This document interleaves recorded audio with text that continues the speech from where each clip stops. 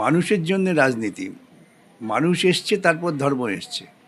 সুতরাং মানুষের বেঁচে থাকা, মানুষের শিক্ষা, মানুষের স্বাস্থ্য, সেই চিন্তাটাই হচ্ছে একমাত্র কাজ যা রাজনীতিবিদরা করবেন। গোটা দেশ এবং মমতা আরএসএস দ্বারা পরিচালিত। সুতরাং আমাদের রাজ্যে এবং গোটা দেশেই আছে আরএসএসের যে প্রভাব, যার ফলে হচ্ছে কি মানুষের মধ্যে বিভাজন তৈরি করো।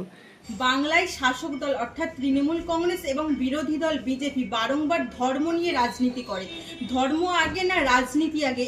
আজকে এই বিষয়ে কথা বলে নেব হাইকোর্টের বিশিষ্ট আইনজীবী বিকাশ রঞ্জন ভট্টাচার্য। তিনি কি বলছেন এই বিষয়ে সরাসরি শোনাবো আপনাদের। খুব দুঃখ পেয়েছি, খুব কষ্ট পেয়েছি যখন শুনলাম ওইরকম একটা মন্তব্য কৌস্তব করেছেন। কৌস্তবের কাছ থেকে আমি আশা করিনি, সে বিজেপি করতে পারে, কিন্তু এই ধরনের সম্পূর্ণ সাম্প্রদায়িক, অযৌক্তিক, বিজ্ঞান বিরোধী মন্তব্য যেটা করেছে, এটা বেদনাদায়ক। এছাড়া আর কিছু বলতে চাইছি না আমি। এই প্রথম নয়, আমরা বারংবার দেখেছি যে বাংলায় বিজেপি নেতাদের মুখ থেকে একের পর এক সংবিধান বিরোধী বা ধর্ম বিরোধী কথা দেখতে। তাহলে কি প্রশাসন কেন এখনো পর্যন্ত চুপচাপ আছে? না না, এটা তো ভুল করছেন। গোটা দেশ এবং মমতা আরএসএস দ্বারা পরিচালিত। সুতরাং আমাদের রাজ্যে এবং গোটা দেশেই আছে আরএসএসের যে প্রভাব, যার ফলে হচ্ছে কি মানুষের মধ্যে বিভাজন তৈরি করো, ধর্মীয় বিভাজন তৈরি করো, প্রশাসনকে ধর্মীয় কাজে লাগাও। রাজনীতি এবং ধর্মের মিশেল, যেটা একটা অত্যন্ত অবৈজ্ঞানিক চিন্তা, যার বিরুদ্ধে আমাদের দেশের বহু মানুষ তারা এটা নিয়ে আপত্তি করেছেন, ধর্ম নির্বিশেষে। যে ধর্ম ব্যক্তিগত আচরণের ব্যাপার, রাজনৈতিক সামাজিক ব্যাপার, এর সঙ্গে মিশিয়ে দেওয়া ঠিক না। কিন্তু এরা এটা করছেন, এটা হচ্ছে মৌলবাদী চিন্তা থেকে, এবং এটা সমাজের পক্ষে খুবই ভয়াবহ, বিপজ্জনক একটা ঝোঁক।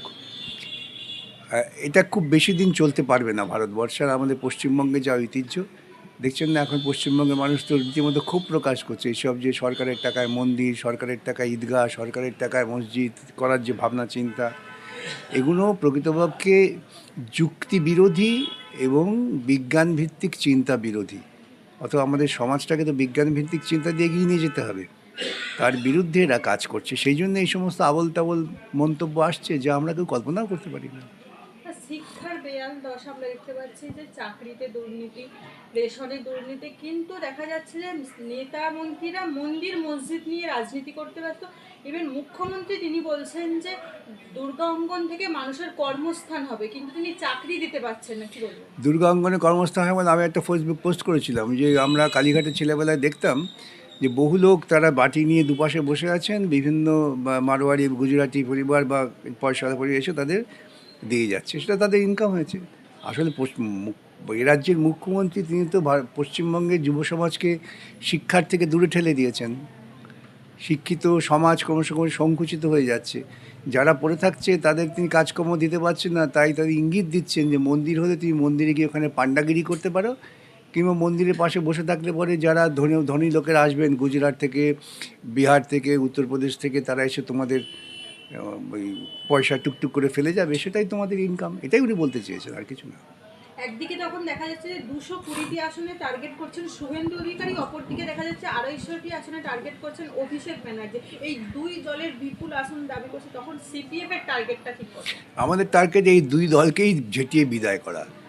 যারা মানুষের জীবনে অশান্তি তৈরি করছে ধর্মের নামে, তাদের রাজনৈতিক অঙ্গনে থাকার কোনো মৌলিক অধিকারই নেই। সুতরাং আমাদের একটাই টার্গেট, আরএসএস এবং আরএসএস চালিত যে সমস্ত রাজনৈতিক দল, বিজেপি, তৃণমূল, এদের ঝেঁটিয়ে বিদায় করো। এটাই আমাদের লক্ষ্য এবং এটাই আমাদের কার্যকর করতে হবে। এছাড়াও বিজেপির নেতারা বলছে যে তৃণমূল নারী সুরক্ষা দিতে ব্যর্থ, 26-এ একমাত্র বিজেপিই পারবে নারীদের সুরক্ষা দিতে। ও তো ভাই আর বোনের ঝগড়া।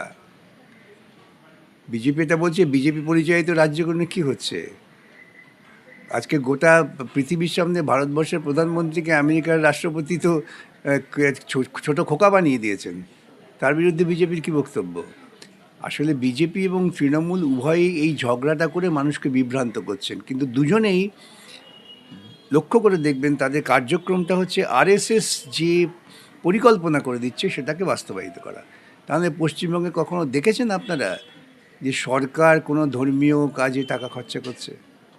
মমতাই সেটা চালু করে দিয়েছে, এবং সেটাই হচ্ছে বিজেপি আরএসএসের কর্মসূচি। এর মধ্য দিয়ে হিন্দুত্ববাদকে চাগার দেওয়া।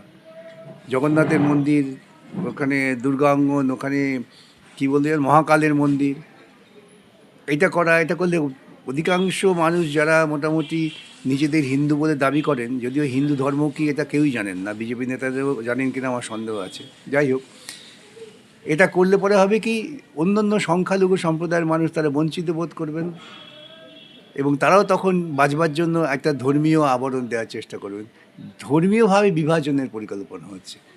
এই যে আমার সামনে দুজন বিভিন্ন ধর্মের মানুষ বসে কথা বলছেন, বিজেপি আরএসএস হলে আপনার মারামারি লাগিয়ে দেবে, এইটাই হচ্ছে ওদের পরিকল্পনা।